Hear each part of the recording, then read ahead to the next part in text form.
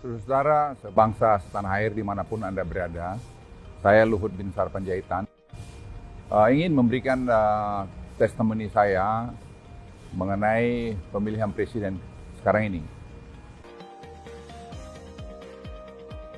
Saya kenal sekali calon presiden dan calon wakil presiden ini, karena menurut perkenalan saya misalnya dengan Pak Prabowo, saya sudah berkenalan mungkin hampir 40 tahun ya, berteman dan bekerja bersama-sama, dan saya melihat kinerja Pak Prabowo. Tentu dia juga manusia yang tidak luput dari kekurangan, tapi saya ingin sampaikan bahwa dia adalah pekerja keras dan menurut saya sangat pintar, dan juga kecintanya pada NKRI ini tidak bisa dan tidak perlu diragukan. Sudah dibuktikan, itu yang penting.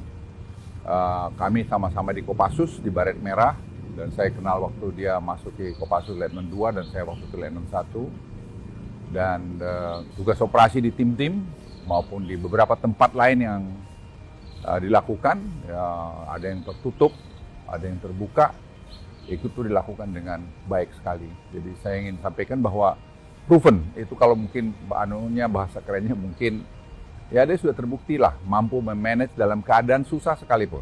Dan calon yang lain pun saya kenal, calon presiden yang lain saya kenal, terutama dalam COVID kemarin, tidak ada yang saya tidak kenal gubernur itu. Dan dalam keadaan krisis itu pun saya tahu bagaimana kiprah dari masing-masing gubernur itu.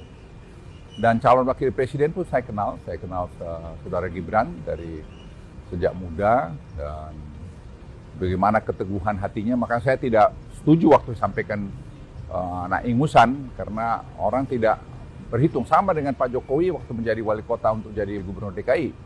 Orang memandang sebelah mata. Kita belajar anak-anak muda Indonesia jangan pernah memandang sebelah mata orang lain. Orang lain itu punya kemampuan-kemampuan tersembunyi yang tidak terlihat karena dia belum dapat kesempatan. Saya kenal Mas Gibran ini sebenarnya juga belum lama-lama amat. Ya. Tapi saya lihat sepak terjangnya di Solo itu sama seperti ayahnya, Pak Jokowi waktu beliau jadi wali kota. Saya kenal beliau jadi wali kota. Tidak ada orang yang pernah menduga Pak Jokowi akan sehebat ini. Karena waktu itu orang bermimpi, melihat bahwa Pak Jokowi ini hanya wali kota di Solo, masa iya terus bisa jadi presiden. Gitu. Tapi saya terus terang melihat tidak begitu. Karena saya lihat Pak Jokowi itu punya determinasi yang tinggi.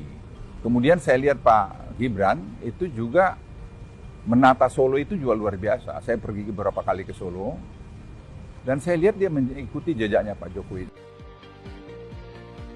Waktu Pak Prabowo kalah dengan Pak Jokowi, kami bertempur berdua. Ya, dia marah sama saya. Tapi saya bilang, wah faktanya ya ini, kita mau apa gitu. Disitulah saya lihat kebesaran jiwanya dia. Dia bilang, ya udah bang, kalau gitu. Dia hormati keputusan itu. Walaupun tentu dalam periode tertentu, beliau galau juga yang saya masuk akal saya. Tapi kemudian dia mau bergabung lagi dengan Pak Jokowi. Dan kebesaran jiwa Pak Jokowi juga mau mengambil dia. Di mana kita cari pemimpin seperti begini gitu loh. Saya ingin menyampaikan pada Anda sekalian, kita akan memilih presiden tanggal 14 Februari ini. Dan satu momen yang penting buat kita menurut saya, kita tidak boleh salah pemimpin. Apa yang sudah dicapai Pak Jokowi sekarang, saya ingin katakan diakui oleh dunia. Ya, saya kemarin waktu di Singapura, banyak yang menjenguk saya, baik itu dari utusan khusus Presiden Biden, John Kerry, maupun dari pemerintah, menteri-menteri dari Singapura, dan banyak lagi yang lain datang melihat saya. Itu semua mengapresiasi terhadap ekonomi Indonesia, terhadap leadership Pak Jokowi yang mampu bernavigasi di tengah-tengah sulitnya ekonomi dunia saat ini. Kita masih inflasi di bawah 3%, ya, kita punya sekarang 44 bulan berturut-turut kita punya ekspor surplus. Itu belum pernah dalam sejarah Indonesia, dan kita melihat juga betapa sekarang current account dulu selalu defisit, sekarang sudah kita ya surplus, kadang-kadang ada sedikit negatif, tapi itu tidak menjadi isu lagi. Itu yang membuat rupiah kita di tengah-tengah terpan naiknya the Fed misalnya tidak terlalu banyak terpengaruh. Cadangan devisa kita yang terbesar sepanjang masa 146 miliar kalau saya tidak keliru, dan tahun ini, tahun depan mungkin kita akan bisa dekat ke 200 miliar. Semua karena kebijakan-kebijakan ekonomi yang dibuat oleh Pak Jokowi dengan tim ekonominya yang menurut hemat saya itu juga tim ekonomi yang baik sekali. Ini kerjasama semua. Salah satu program yang menonjol itu adalah hilirisasi yang diakui dunia dan di teman-teman negara berkembang di Afrika sekarang mencontoh kita. Dan mereka tuh bingung kenapa Presiden Joko Widodo berani melakukan menyetop ekspor daripada raw materialnya ke negara-negara maju. Saya jelaskan, kita masalah survival. Kita harus menikmati, rakyat Indonesia harus menikmati nilai tambah itu. Dan ini keberanian Pak Jokowi melakukan itu. Dan kalau kita lihat juga infrastruktur, banyak yang mengkritik mengenai kereta api cepat Jakarta-Bandung tidak jalan sekarang, semua orang menikmati.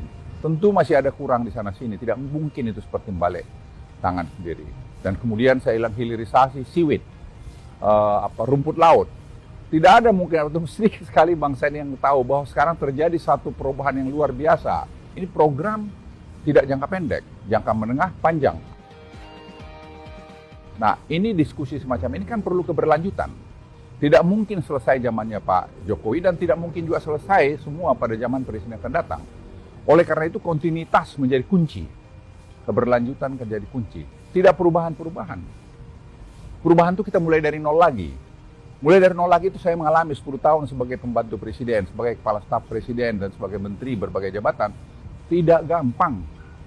Yang ngomong-ngomong itu ya hanya omong-omong aja. Coba dilakukan. Saudara-saudara sekalian, diskusi ini yang saya bawa saya tawarkan beberapa kepada calon presiden itu dan wakil presiden itu, tapi yang merespons sangat positif dan langsung juga dengan langkah-langkah dia adalah Pak Prabowo. Berapa kali saya menyampaikan kami ada begini, beliau datang. Beliau datang ke kami dan beliau mengirim timnya ke kami dan berbicara dengan tim kami. Dan beliau sangat setuju dan ini harus lakukan. Dia bilang sama saya, Bang ini harus dilakukan, harus diteruskan. Karena ini program yang sangat baik sekali. Ini saya pikir perlu presiden yang paham dengan ini dan mau melakukan ini. Jangan pula nanti robah ganti yang lain, mengganti lagi. Kita riset sampai 4 tahun mengenai seaweed ini. Atau lebih malah mungkin. Dan sekarang kalau mau dibongkar lagi, kapan kita mau maju? Ingat, bonus demografi kita itu hanya berjalan sampai 2030. Setiap tahun kita lengah, setiap tahun kita kehilangan momentum. Sehingga kita tidak bisa keluar nanti dari middle income trap, dan kita tidak bisa nanti jadi negara high income country, dan tidak bisa juga nanti kita $10.000 per kapita trajectory yang kami lihat untuk sampai 2030. Jadi ini dari saya sampaikan. Jadi saya sampaikan simpulan saya, saudara-saudara sekalian sebangsa tanah air. Kita pilih orang yang tepat menjadi Presiden Republik Indonesia. Tanggal 14 yang tepat. Saya pribadi memilih Pak Prabowo alasan yang sangat sederhana, berkelanjutan. Dan dia punya spirit NKRI yang bagus dan dia membuktikan keberhasilan dia yang lalu. Itu tidak dapat diungkiri. Itu dari saya, pesan dari saya sekali lagi Luhut Binsar Panjaitan, pilih Prabowo karena menurut saya dia pilihan terbaik untuk presiden pada saat ini. Dan itu akan membawa kemajuan ke Indonesia dan membawa keberlanjutan Indonesia. Dan terakhir, setelah tanggal 14, kita sudah coblos, kita damai lagi, guyup lagi. Jangan lagi datang dengan kata-kata yang tidak bagus, kita harus berdamai. Karena nanti 5 tahun lagi ada pesta demokrasi. Mari kita berpesta demokrasi dengan baik, dengan santun, supaya Indonesia ini menjadi bagus. Tidak ada yang menang adalah NKRI.